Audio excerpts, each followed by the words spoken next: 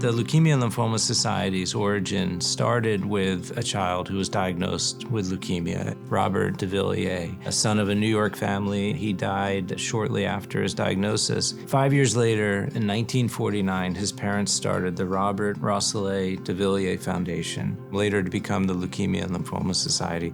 Downtown in Manhattan was our first office, and it has since grown into a global program supporting blood cancer research and progress all over the world. Leukemia Lymphoma Society was there in the very beginning, funding some of the first investigators that were figuring out how to safely give chemotherapy to patients with cancer. And building on that experience year after year, decade after decade, survival rates started to climb from 0 to 10%, 20%, 30%. And by the 1980s, 1990s, when survival rates were getting higher and higher, we started asking questions about how can we refine that treatment. So on top of that chemotherapy, we added radiation to the brain and to the spine. And with that, we went from survival rates of 20 or 30% to survival rates of 70 or 80%. But all of those cures came at a cost. My mom was really worried about my health. She noticed that I had bruises on my legs, I had cold-like symptoms. She took me to the doctors, and they said, Georgia has acute lymphoblastic leukemia. The earliest thing I recall in my life was my dad informing me that my sister had cancer. I was 5, and our lives as we knew it just completely turned on a dime. They said that I had stage 4 leukemia, and that's when I had to immediately go to the hospital the first day I was diagnosed to start treatment.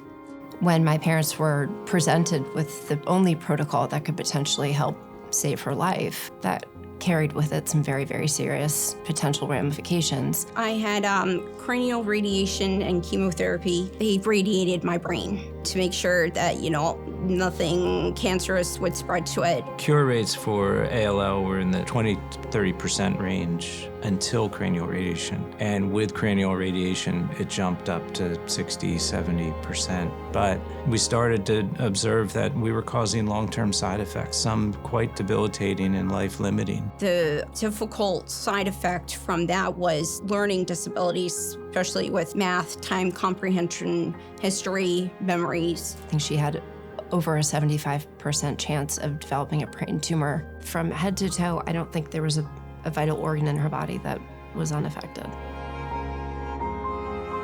She was 20 months old. She was barely talking. And to see her going through that, it was just like, it probably should have been me. I was bigger, I was stronger. When I was like 7 or 8 years old, I went into remission from leukemia.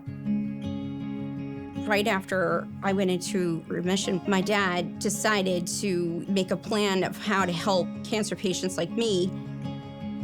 Team in Training was born out of a sense of helplessness. A lot of children were losing their lives. My dad turned to my mom and he said, I'm looking around, I'm seeing all these guys who've enjoyed the holidays too much, and we all need to lose some weight, we all need to get back into shape. Let's run for leukemia and take a stab at this year's New York City Marathon. And let's call it Team in Training, because Lord knows we're not perfect, but we can train to get close. 35 years and $1.6 billion later, I think our family has helped a lot of people save themselves and fight their fights. 1949, there were no options. It was a death sentence. Fast forward to Georgia, there were a couple of options, and now we're talking about Dare to Dream.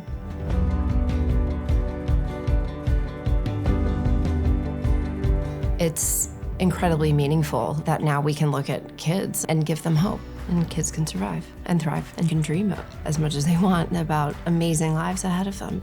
It's an incredible change from where we were in 1985. We've been able to shorten the duration of treatment for some kids and reduce the cumulative exposure to toxic therapies.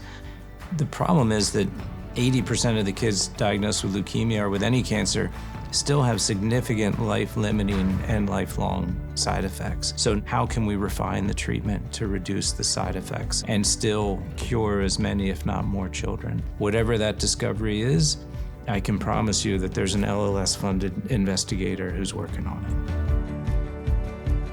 it. It has been truly remarkable how long I've been a survivor. I give all my thanks to everyone who's stepped forward to sign up for any LLS program. You all want to find that one cure someday and see no more cancer. And this is certainly not one child or one man or one family or one couple, like the consequence of so many yeses along the way and so much energy and participation and just showing up. And without all of those collectively, this would never be a reality. We have laid the foundation of discovery that's going to resonate for decades. Nobody does it better than LLS.